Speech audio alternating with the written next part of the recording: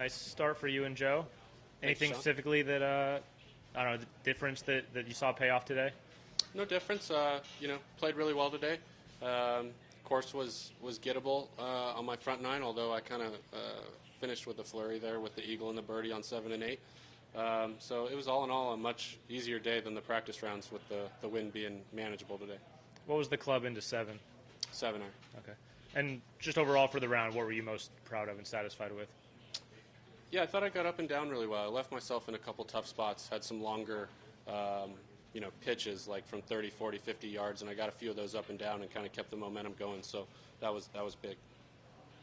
Pat, going to the first round with Joe, when you're out on the golf course, do you want to talk golf all the time, club selection, golf course design, or are you more of a Dodgers and dinner kind of guy, talking about anything but golf?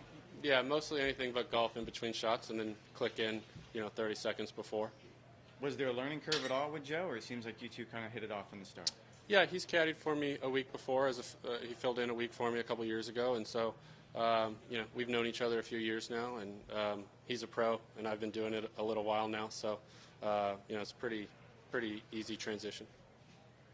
What made you think to ask him to come out and work for you?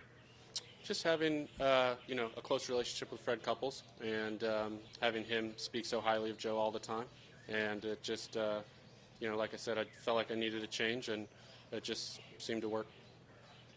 Do you do a lot of the work yourself? I mean, in other words, yardage book and like self-reliant, or do you lean on a caddy a good bit? Yeah, I don't carry a book, No. so I'll look at Joe's book all day today, but I don't carry a book, so I figure he's a pro, so he can get the numbers for me. Have you always not carried a book? Yeah, since I turned pro. Did you have him help on any reads? Yeah, a couple.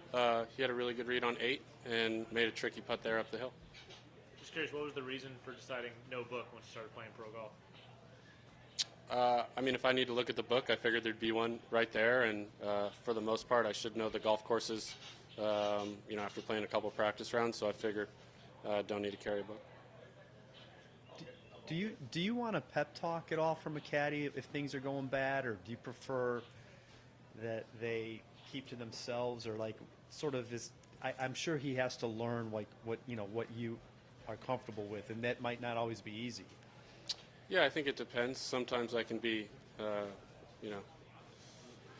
sometimes I can get very inconsolable, and there's nothing that anybody can say. But the right thing, the right comment at the right time can sometimes turn around or get you back on track.